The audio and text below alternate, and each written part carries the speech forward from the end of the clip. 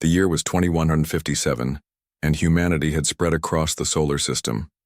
After centuries of looking to the stars and wondering if they were alone, people had their answer. They were not. Humanity had met 3 alien species so far, and all meetings had gone well. Trade routes were established and cultural exchanges flourished. The United Earth Alliance exploration vessel USS Defiant drifted silently through the void. Its mission was simple: make contact with a newly discovered civilization in the Arcturus system and establish peaceful relations. Captain Alan Carter sat in his command chair on the bridge, watching the stars streak by on the main view screen. He was a man of medium height with short brown hair starting to gray at the temples. 20 years in space had etched fine lines around his eyes, but those eyes still sparkled with curiosity. "How much longer until we reach the Arcturus system?" Carter asked. Lieutenant Susan Howard, the ship's navigator, checked her console. 3 hours, Captain. Carter nodded. Good. Alert the diplomatic team to prepare for first contact protocols. In engineering, Chief Engineer Olivia Grant worked on final adjustments to the ship's experimental shield system. She had helped design this new technology, which remained classified and untested in actual combat. Grant hoped it would stay that way. She wiped sweat from her forehead and tucked a strand of red hair behind her ear. "The power flow is stable," she told her assistant. "These shields should hold against anything we might encounter out here." Her assistant, a young engineer named Ryan Miller, looked impressed. "Do you really think we'll need them? All our first contacts have been peaceful so far." Grant shrugged. "Better to have protection and not need it than need it and not have it." On the science deck, Officer Peter Russell studied the data they had collected on the Arcturus system. Russell specialized in understanding alien biology and psychology. His dark skin contrasted with the white lab coat he always wore, even when regulations didn't require it. "Fascinating," he muttered as he examined the readings. "The atmospheric composition of the 4th planet suggests a nitrogen-oxygen environment similar to Earth. If there's a civilization there, they might be carbon-based, life forms like us." 3 hours later, the Defiant dropped out of hyperspace at the edge of the Arcturus system. The bridge crew stared in wonder at the view on the main screen. A massive blue-green gas giant dominated the foreground, with rings that shimmered like opals. Further in, they could see several smaller planets orbiting the yellow star. Carter leaned forward in his chair. "Begin passive scans. Let's see if we can locate their homeworld." The science officer, Russell, who had come up to the bridge, worked at his station. "I'm detecting artificial structures on the 3rd planet, Captain. Definitely signs of an advanced civilization." "Any communications signals?" Carter asked. Communications Officer John Kelly shook his head. "Nothing yet, sir. Wait." He paused, adjusting something on his panel. "I'm picking up transmissions now. They appear to be digital signals of some kind." "Open a channel," Carter ordered. "Broadcast our standard greeting message on all frequencies." Kelly pressed a series of buttons. "Channel open, sir." Carter stood up, straightened his uniform, and spoke clearly. "This is Captain Alan Carter of the United Earth Alliance vessel Defiant. We come in peace, seeking friendship and knowledge. We respectfully request communication with your leaders." The message was sent, translated into mathematical sequences that should be understandable to any advanced civilization. Then they waited. "Sir," Kelly said after a few minutes, "we're receiving a response." "On screen," Carter ordered. The view screen flickered, and an alien face appeared. The creature had gray-blue skin, with ridge-like protrusions where a human would have eyebrows. 4. Yellow eyes blinked independently of each other. When it spoke, its mouth revealed rows of small, sharp teeth. "I am Subcommander Vexor of the Drakari Imperium," the alien said, its words translated by the ship's computer. "State your purpose in our territory." Carter repeated his greeting. "We are explorers from Earth, seeking peaceful contact with new civilizations." The alien's upper eyes narrowed. "Explorers, yes. We understand exploration. It precedes expansion. It precedes conquest." "No," Carter said quickly. We have no interest in conquest. We seek only friendship and exchange of knowledge. Interesting, Vexor replied. Our scans show your vessel is armed. Carter nodded. Standard defensive capabilities only. We mean no harm. Of course, the alien said. We would welcome a delegation from your ship to discuss further. Send a shuttle to these coordinates. Data streamed across the bottom of the screen. When the yaw transmission ended, First Officer Ben Walsh turned to Carter. I don't like this, sir. They seem suspicious. Carter frowned. I noticed that too, but this is what we're here for, to establish contact even with civilizations that might be wary of outsiders. He tapped his communication badge. Carter to Russell. What's your assessment of these Drakari? Russell's voice came through the speaker. Based on their communication style and physical appearance, I'd say they're a hierarchical species, possibly evolved from pack predators. The multiple eyes suggest they evolved in an environment where threats could come from multiple directions. I'd advise caution, sir. Noted, Carter replied. Prepare a diplomatic team. I'll lead it myself. Walsh objected immediately. Captain, regulations state that you should not leave the ship during an uncertain first contact situation. Carter considered this, then nodded reluctantly. You're right. Walsh, you'll lead the team. Take Russell, Lieutenant Adams from security, and Ensign Parker as your pilot. 3 hours later, Walsh and his team were preparing to board a shuttle when Kelly's voice came over the intercom. Captain, to the bridge. We have multiple vessels approaching at high speed. Carter ran to the bridge. On screen, the view screen showed 5 ships, each 3 times the size of the Defiant, moving toward them in attack formation. Their hulls were dark and angular, covered with what looked like weapon emplacements. Red alert, Carter ordered. Shields up. Hail them. Kelly tried to establish communication. No response, sir. They're powering weapons. Evasive maneuvers, Carter shouted as the first energy beam streaked toward them. The Defiant rocked violently as the beams hit their shields. Grant's voice came over the comm system. Engineering to bridge. The new shields are holding, but they won't last long against this kind of firepower. Another blast hit them stronger than before. Several consoles exploded in showers of sparks. A crew member screamed as she was thrown across the bridge. Return fire, Carter ordered. Target their weapon systems only. The Defiant's weapons, Officer Lieutenant Paul Jackson, fired the ship's phasers. The energy beam struck one of the Drakari vessels, causing minimal damage.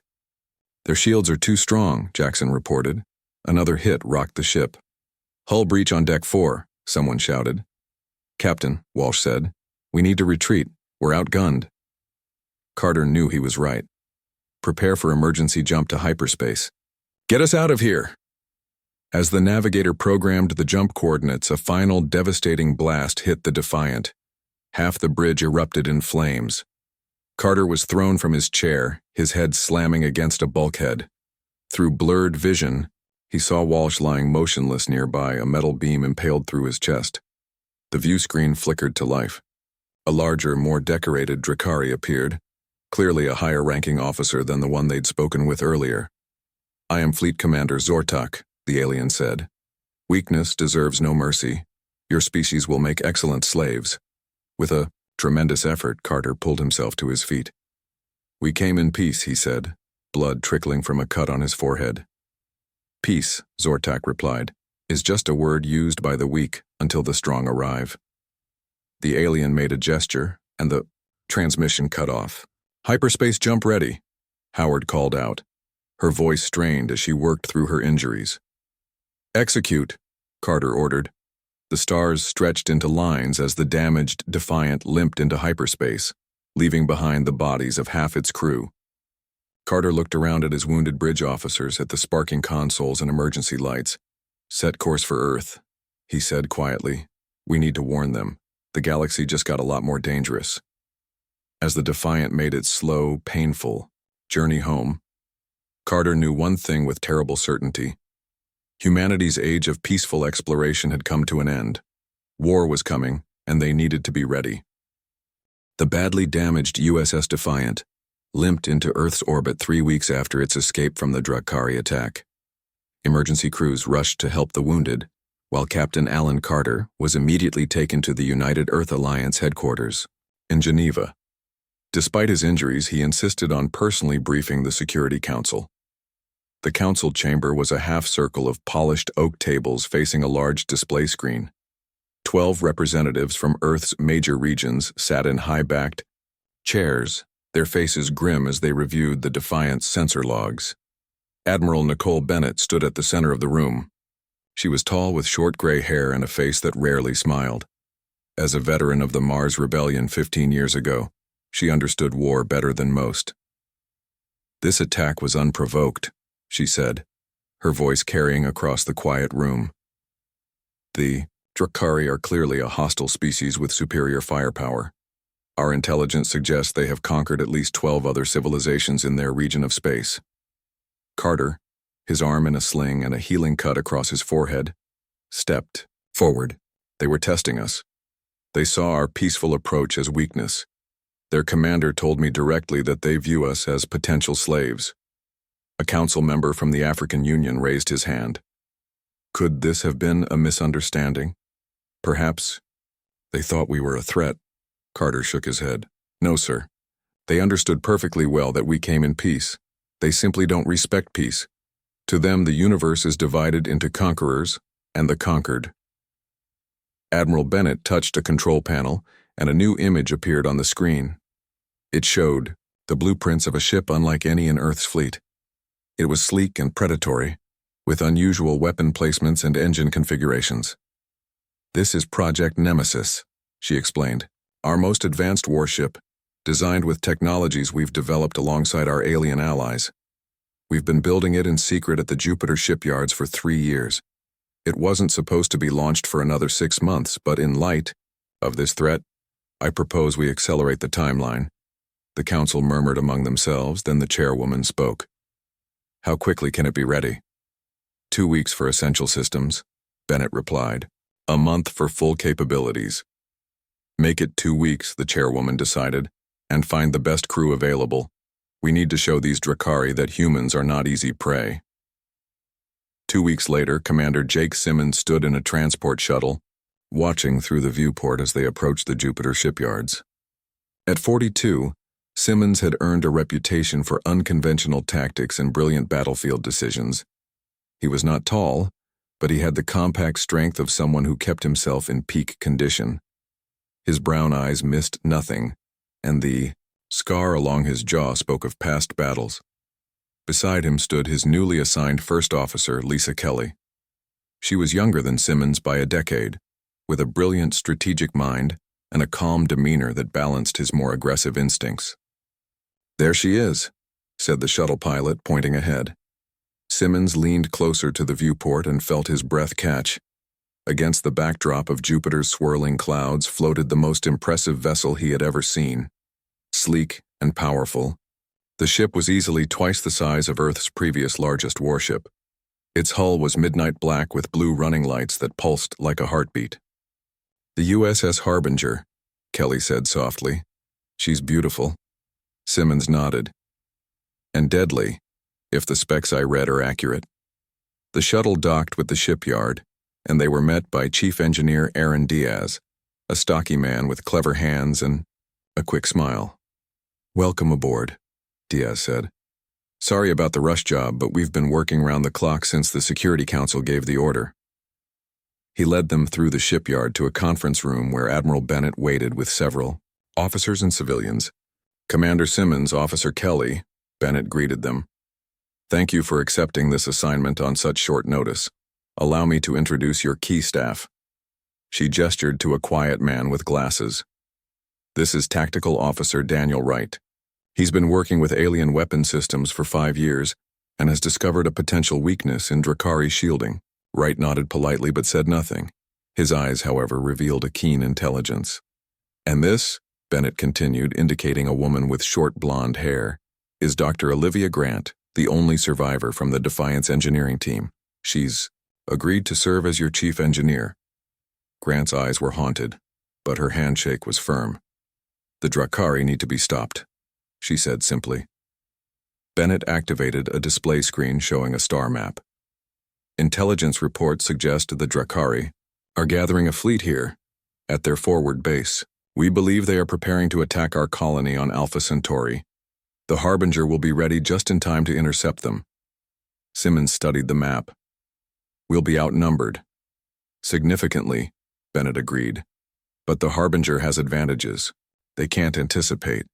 We've incorporated technologies from all three of our allied species, plus some human innovations they've never encountered. Later that day, Simmons and his officers toured the Harbinger. The ship was a marvel of engineering. Its bridge was spacious yet efficient, with stations arranged in a horseshoe pattern around the command chair. The engine room housed a revolutionary propulsion system that combined traditional drives with technology from the peaceful Solani species. Most impressive was the weapons system. Wright showed them banks of energy weapons unlike anything Earth had deployed before. These are adaptable frequency phasers, he explained. They can shift harmonics to match enemy shield vulnerabilities.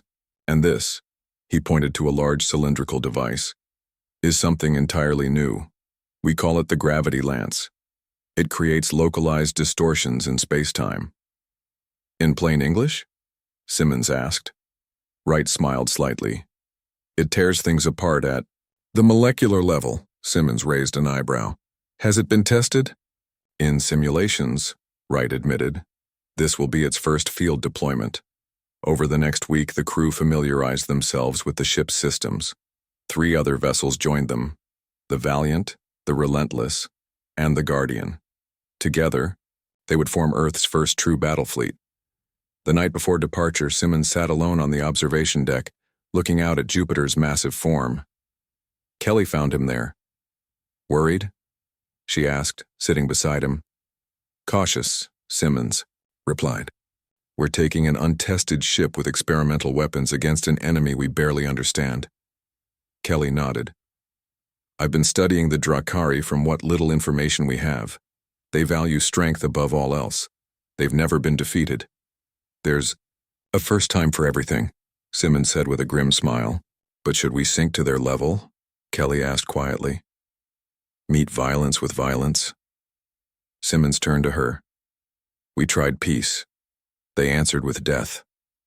Sometimes the only language bullies understand is a punch in the nose. Kelly considered. This. Just don't let us become what we're fighting. The next morning, the Harbinger and its escort vessels departed the shipyard. As they accelerated toward the jump point that would take them to Proxima Centauri, Simmons addressed the crew over the intercom. This is Commander Simmons. Today we embark on a mission none of us wanted, but all of us understand is necessary. The Drakari believe we are weak because we value peace. We're about to show them that humans can choose peace without being afraid of war. As he finished speaking, the ship's sensors detected unusual activity ahead.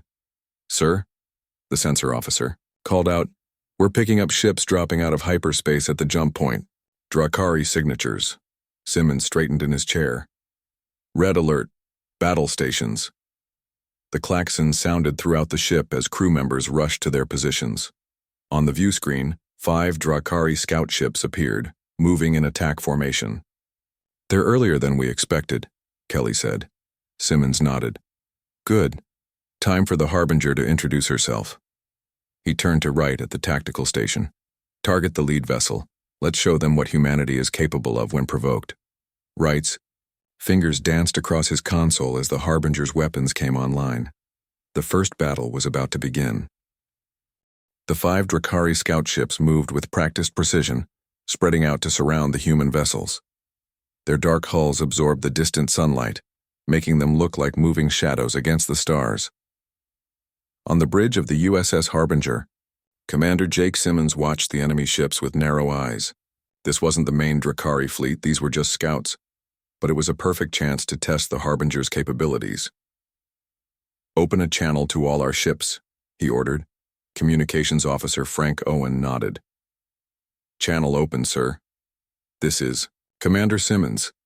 The Drakari have not yet seen what human ships can do in battle. Let's keep some of our abilities secret for now. Standard weapons only. Save the surprises for the main fleet. He received acknowledgments from the captains of the Valiant, the Relentless, and the Guardian. Then he turned to Tactical Officer Daniel Wright. Target the lead ship's engines only. Let's disable rather than destroy. Wright's fingers moved quickly over his console. Target locked. Fire, Simmons ordered. The Harbinger's forward phasers fired, the energy beams cutting through space. They struck the lead Drakari ship with pinpoint accuracy. The alien vessel shuddered visibly as its engines went dark. Direct hit, Wright reported. Their engines are offline. The other Drakari ships immediately responded, firing energy weapons at the human vessels. The shots splashed against the Harbinger's shields. Shields holding at 98%, reported Dr. Olivia Grant from the engineering station. My new harmonic system is distributing the impact. First Officer Lisa Kelly monitored the battle display. The other Drakari ships are changing formation. They're focusing fire on the Guardian. On the view screen, they could see the smaller Guardian taking multiple hits from two Drakari vessels. Its shields flared blue with each impact. Guardian reports shields at 60%, Owen called out. Valiant, Relentless provide covering fire for Guardian, Simmons ordered. Harbinger will take the lead ship on the left. The human fleet responded, the Valiant and Relentless moving to protect the Guardian while the Harbinger turned to face a new threat. The bridge shook as the Harbinger took several direct hits. They're stronger than we expected, Wright said. Simmons nodded. But not as strong as us. Full spread of torpedoes targeted at their weapon arrays. The Harbinger fired 6 torpedoes that streaked toward the Drakari ship. The alien vessel tried to evade, but 3 torpedoes found their mark. Explosions bloomed on the Drakari hull. Their main weapons are disabled, Wright reported. Simmons watched as the Valiant and Relentless drove back the ships attacking the Guardian. The disabled Drakari vessels were retreating, moving away at impulse speed.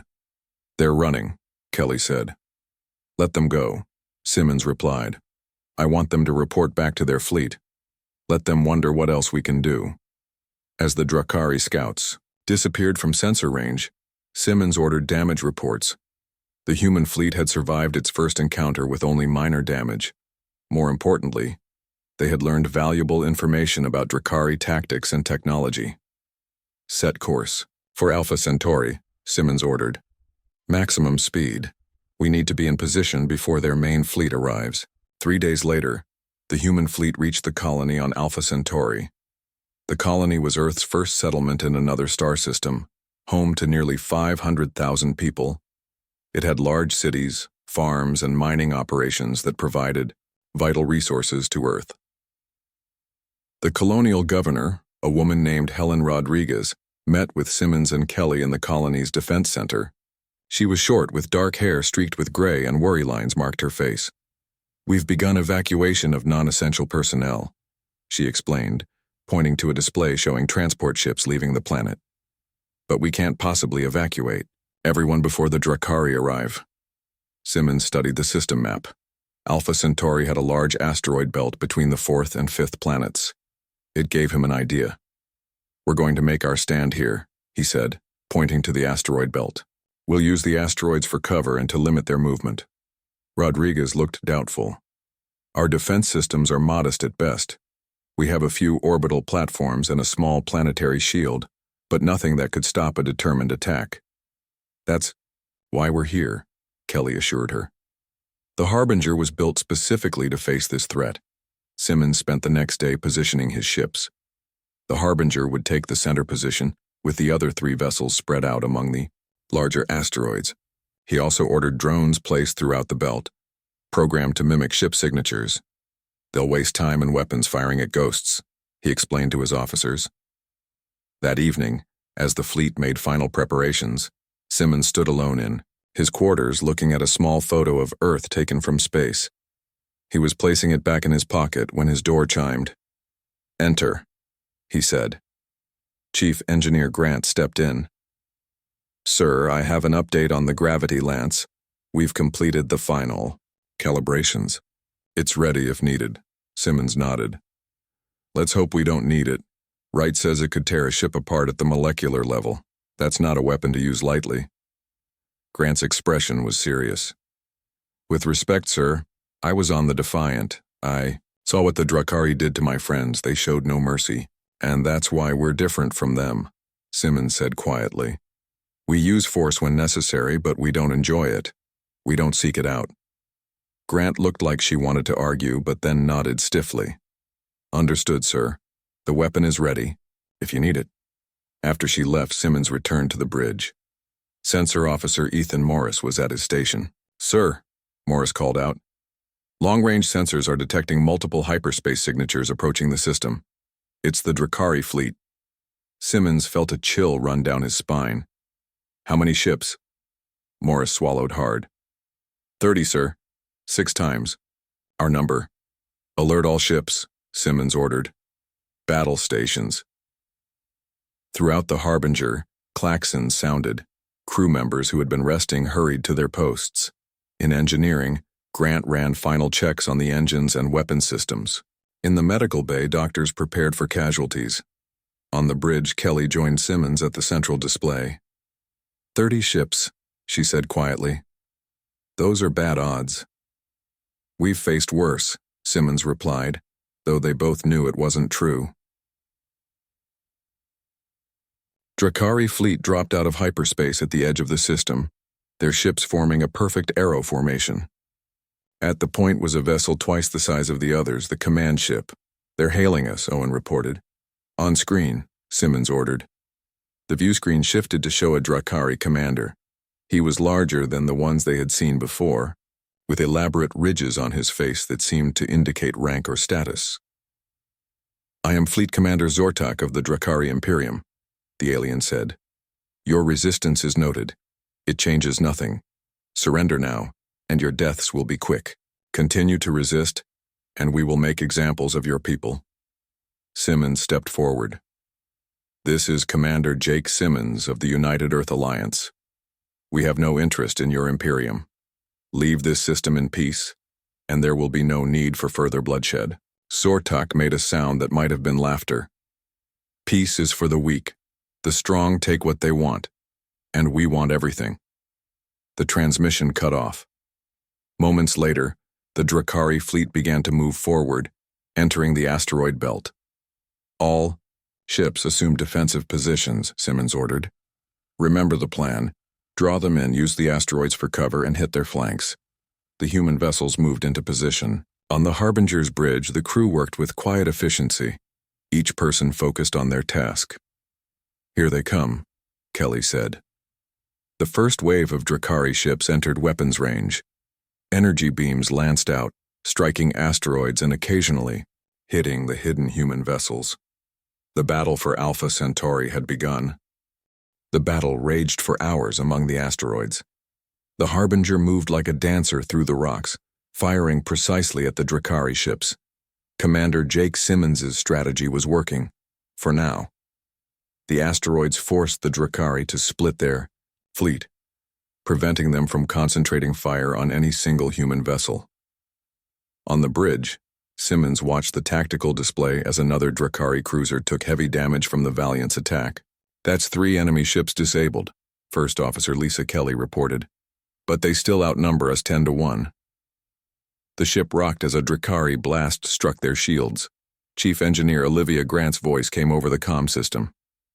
Shields. At 75% and holding. That last hit was stronger than the others. They're adjusting their weapons. Simmons nodded grimly. They're learning. Tactical. Target their lead vessel's weapon arrays. Fire when ready. Daniel Wright worked his console with calm precision. The Harbinger's phasers lashed out, slicing through the enemy ship's outer hull. Direct hit, Wright confirmed. Their forward weapons are offline. A new alarm sounded. Communications officer, Frank Owen, looked up with concern. Sir, the Guardian is reporting critical damage. Their shields are failing. On the view screen, they could see the Guardian taking heavy fire from 3 Drakari vessels. Its hull was scorched black in several places, and there was a visible breach near its engine section. Harbinger to Guardian, Simmons called. Fall back to position Beta. We'll cover you. Negative, Harbinger, came the strained voice of Guardian's captain. Our engines are hit. We can't maneuver. There was a pause, then. We'll keep them busy as long as we can. Guardian out. Before Simmons could respond, The Guardian turned directly toward the nearest Drakari vessel and accelerated to maximum speed. The damaged human ship slammed into the alien vessel. A blinding explosion flared on the view screen as both ships were destroyed. A heavy silence fell over the Harbinger's bridge. Then Simmons spoke quietly. Note in the log, the crew of the Guardian gave their lives to protect this colony. The battle continued. The Valiant and Relentless fought valiantly, but they were taking heavy damage. The Drakari seemed to have endless ships. "Sir," Kelly said after another hour of fighting, "the Valiant's shields have failed. They're reporting hull breaches on 3 decks. As they watched, the Valiant took a direct hit from Zortak's command ship. The human vessel broke apart, debris scattering among the asteroids. "The Relentless is surrounded," Wright reported, his voice tense. "They won't last much longer." Simmons gripped the arms of his command chair. His fleet was being destroyed, and the colony still lay vulnerable. He had one option left. "Officer Kelly," he said, "prepare a boarding party. We're going after Zortak's command ship." Kelly looked surprised. "Sir?" "The Drakari respect strength. If we can capture or kill their commander, they might withdraw." He turned to Wright. "And prepare the gravity lance. It's time to show them what humanity can really do."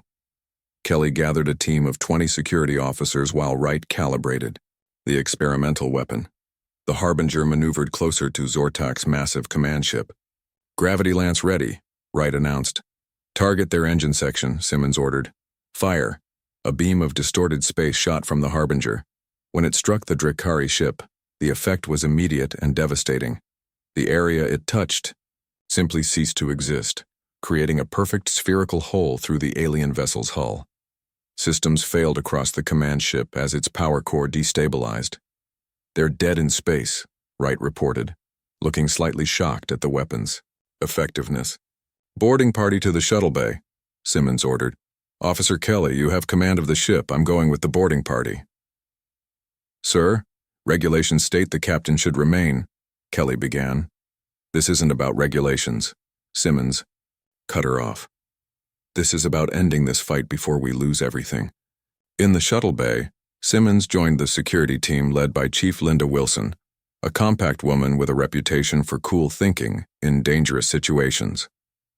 They boarded 2 shuttles and launched toward the disabled Drakari command ship. As they approached, they could see Drakari crew members working desperately to restore power. The human shuttles docked at a breach created by the gravity lance. "Remember," Simmons told his team as they prepared to board, "we're here for Zortak. Avoid unnecessary combat." They moved through the alien ship in 2 groups. The interior was hot and humid, with corridors lit by red emergency lighting. They encountered light resistance from Drakari guards, which they overcame with stun weapons. Using the ship's layout that Wright had prepared from sensor scans, they made their way to the bridge. Outside the main doors, Wilson held up her hand, signaling the team to stop. "Heavy guard presence inside," she whispered, checking her scanner. "At least 10 Drakari warriors, including one larger life sign that's probably Zortak." Simmons nodded. "Set charges on the door. We go in fast and stun everyone." The security team placed explosive charges on the bridge doors. When they detonated, the team rushed in, firing stun blasts at every Drakari in sight. In the confusion, most of the aliens fell before they could react. Standing at the center of the bridge was Zortak. He was massive, nearly 7 feet tall, with elaborate facial ridges and ceremonial armor. Unlike his guards, he did not reach for a weapon. Instead, he watched the humans with 4 yellow eyes that showed no fear, only curiosity. "Commander Zortak," Simmons said, stepping forward with his weapon raised. "Order your fleet to stand down." Zortak tilted his head. "You boarded my vessel. You fought your way to my bridge. You disabled my ship with a weapon we have never seen before." His voice was deep and resonant. "All with a fleet 1/6 the size of mine." "We're not interested in your conquest games," Simmons replied. "We only want to live in peace. Order your fleet to withdraw." The Drakari commander was silent for a long moment, studying Simmons. Then he said something unexpected. "We thought you were weak because you spoke of peace." We did not understand that your desire for peace was a choice, not a necessity. He turned and pressed a control on his command console. All vessels cease attack, return to formation Delta. On the Harbinger, Kelly watched in amazement as the Drakari ships broke off their attacks and began to pull back. The Relentless is reporting the Drakari are withdrawing, Owen said, sounding confused. Did we win? Hours later, Simmons stood, with Zortok in the colony's main conference room. The Drakari commander had agreed to come down to sign a formal non-aggression pact. Your species is unlike any we have encountered, Zortok said. You value peace, yet you build weapons that can tear apart reality itself. You protect others at the cost of your own lives. He gestured to the window, where the damaged Relentless could be seen in orbit. It is instructive. Governor Rodriguez, who sat across from them, was less philosophical. Will your people honor this agreement? Or will we face another attack when you build more ships? Zortok turned his 4 eyes toward her. The Drakari value strength above all. Today, humanity proved its strength. We will respect the boundaries we set here. As the formal agreement was signed, Simmons found Kelly standing by the window. Do you think it will last? She asked quietly. Simmons looked at the Drakari delegation. I think they learned something, today.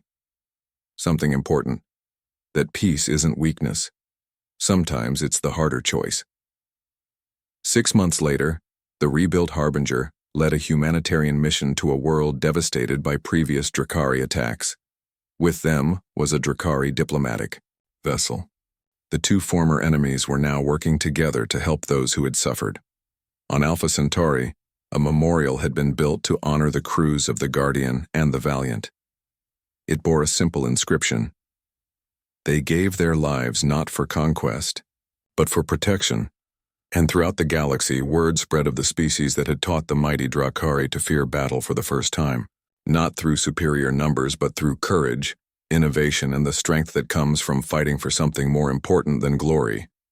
Humanity had earned its place among the stars not by conquering, but by defending, and in doing so had changed the course of galactic history.